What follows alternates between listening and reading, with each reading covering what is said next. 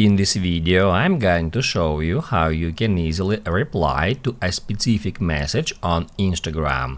Be sure to watch the video to the very end so you don't make any mistakes, and of course do not forget to like this video and subscribe to my channel. Thanks guys!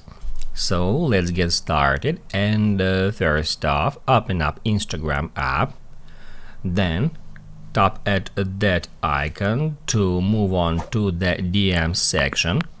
After that, open up some conversation.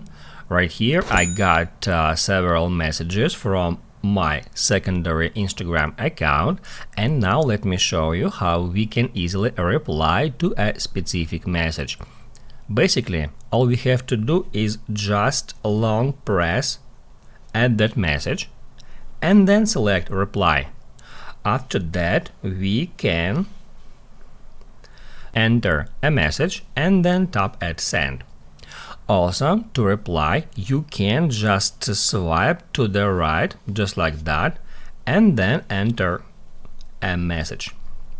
That's how you can easily reply to a specific message on Instagram.